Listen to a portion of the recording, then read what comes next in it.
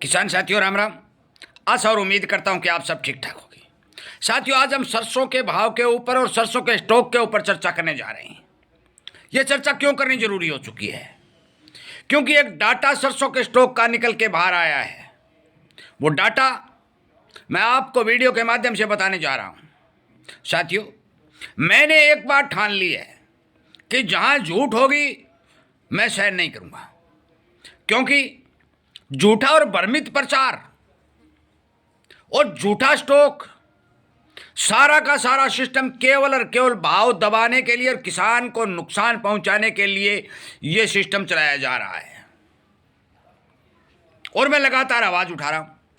मैं आवाज क्यों उठा रहा हूं? मैं इसलिए उठा रहा हूं कि आपको भी इस बात का पता चले कि हमारे भारत के अंदर जिस तरह से जो प्रचार किए जा रहे हैं, जिस तरह से डाटा निकाल के सामने लाए जा रहे हैं, क्या वो डाटा सही है?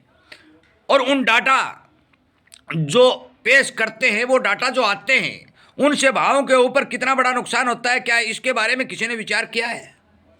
साथियों, आप सभी को पता है कि सरसों के भाव के अंदर लगातार स्टेबलता दिखाई दे रही है और स्टेबलता लगभग 1 महीने से चली आ रही है। मैंने बहुत पहले आपको क्लियर कह दिया था कि दिसंबर अंत तक भारत की सरसों को समाप्त होना पड़ेगा। केवल और केवल भारत के अंदर इमरजेंसी जो कैरी स्टॉक पुराना होता है वो बचेगा।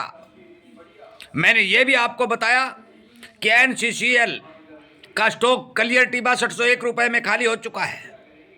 मैंने तमाम फसल का उत्पादन आंकड़ा, जो बाजार की जानकारी टोटली आप तक वीडियो के माध्यम से पहुंचाई।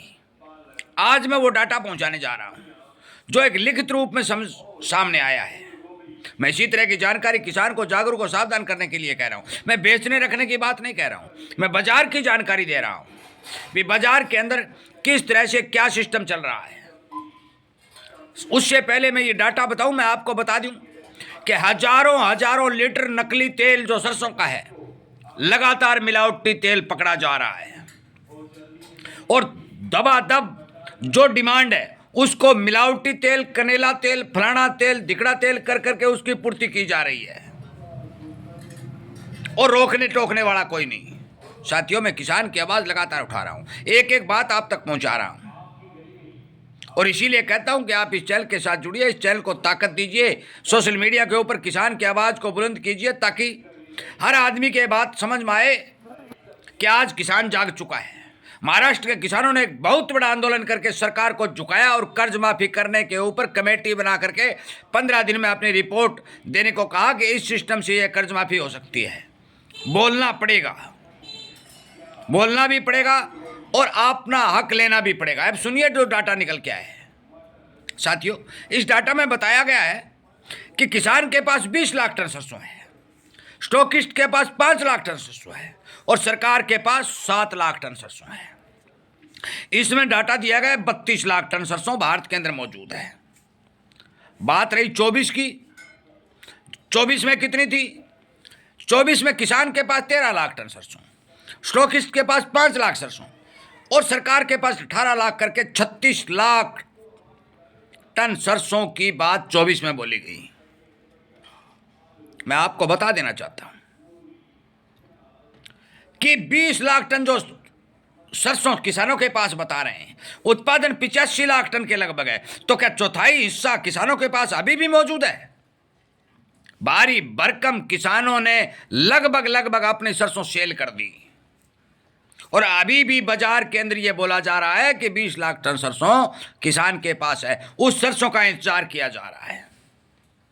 मैं बता दूं कि लगभग 15 लाख टन सरसों कैरिएबल स्टॉक के रूप में बाजार में नहीं आती है, कभी नहीं आती है। आज 2 लाख बैग से कम की आमदनियां बाजार में आ रही हैं। इतनी टाइट पोजीशन आमदनियों की बन चुकी है। हर तरह से सरसों की तेल सर्दी के मौसम के कारण, त्योहारी सीजन के कारण लगातार निकल के आ रही है। उसके बाद भी सरसों के तेल के भाव को रोका जा रहा है।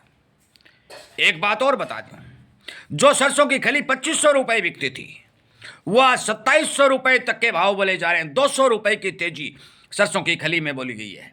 तो फिर सरसों के भाव में जो तेजी बनी और दोबारा जो तेजी बननी थी, वो कहां गई? साथियों, अंधेर नगरी, चौपट राजा और टकै शेर बाजो, टकै शेर खाजा, ये सिस्टम आज हमारे देश में बन चुका है। अब आप कहेंगे कि ये सुपर कमोडिटी क्यों नहीं बनी। मैंने कहा था कि ये सरसों अब की बार सुपर कमोडिटी बनने का वादा रखती है। ये इसलिए नहीं बनी और नहीं बन रही, हो सकता है कि आगे बन जाए या नहीं बन जाए, पर मौके के हालात जो दिखाई दे रहे हैं वो केवल 20-22 लाख टन सरसों को 32 लाख टन बाजार के सरसों बताया जा रहा है। भारत के अंदर चाहे वो किसान हो, चाहे वो स्टॉकिस्ट हो, चाहे वो तेल मिलर हो और चाहे वो सरकार हो, 20-22 लाख टन से ज़्यादा सरसों नहीं है जो बाजार के आंकड़े निकल के आ रहे हैं। एक एक दाना लोगों ने गिन रखा है, क्योंकि जिन्स के अंदर एक बार तेजी बन जाती है, एक एक दाना लोग गिन लेते हैं। परंतु आज भारत के अंदर 32 लाख टन का स्टॉक बताया जा रहा है। किसान के पास 20 लाख टन का स्टॉक बताया जा रहा है। और यदि 32 लाख भी है, गौर करके सुनिए, तो भी 15 लाख टन सरसों का कैरियर स्टॉक बचेगा, तो शेष 15 लाख टन सरसों बची। और 15 लाख टन सरसों को 4 महीने तक चलाना है। साथियों, मेरा आपसे विनय निवेदन प्रार्थना है, बेचें या रखें, स्टॉक करें, वो एक अलग बात है, आपकी मर्जी। परंतु जहां जहां आपको खामियां दिखाई दें, जहां जहां आपको नुकसान होता हुआ दिखाई दे, आप बोलिए, आवाज उठाइए। और किसान, व्यापारी और देश के उद्योगपति जो धंधे चल रहे हैं, उनके साथ जितने भी लोगों की रोजी रोटी चल रही है, उनके पक्ष की आवाज उठाइए। मैं बता देना चाहता हूं कि आमदनियां बाजार के अंदर 2 लाख बैग से घट चुकी हैं। सरसों का स्टॉक बेहद कमजोर हो चुका है। पिछले साल से जो आंकड़े निकल के आए हैं, 15 से 18% स्टॉक सरसों का अब की बार 2025 में भारत के अंदर कम है। पिछले साल भी कमी थी, इस साल भी उससे भी 15 और 18% स्टॉक भारत के अंदर कम है। भाव बने या नहीं बने वो अलग बात है। सरकार कनेला मंगाए, फलाना मंगाए, दिकड़ा मिलाए, मिलावटी है, भाई उसे कोई नहीं रोक सकता। आप आवाज उठाएंगे, नकली की पहचान कर उस पर छापामारी करवाएंगे, उसको रोकने का काम करेंगे।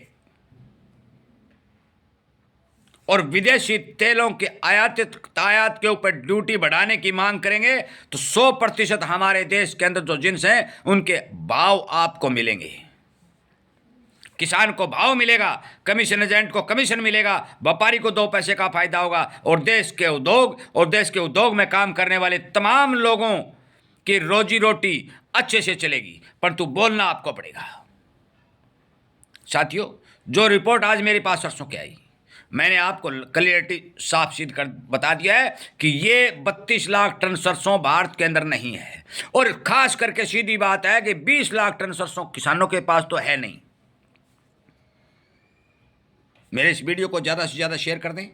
यदि मेरी बातों से सहमत हैं, यदि इस तरह की आवाज़ उठा करके सरकार तक पहुंचाना चाहते हैं, मिलावटी के ऊपर रोक लगाना चाहते हैं, विदेशी सामान को भारत के अंदर आने से रोकना चाहते हैं या उस पर ड्यूटी बढ़वाना चाहते हैं, किसान, व्यापारी और देश के उद्योग में के हित में काम करना चाहते हैं, तो इस आवाज़ को बुलंद करके दिल्ली की कुर्सी तक पहुंचाने का काम करें और खेती, किसानी और देश के अनेक नागरिक को बचाने का काम करें। क्योंकि हमारे यशस्वी प्रधानमंत्री श्रीमान नरेंद्र मोदी जी ने भारत के अंदर स्वदेशी खाओ की बात कह रखी है, और स्वदेशी खाओ की बात कह रखी है, तो फिर विदेशी क्यों खाओ?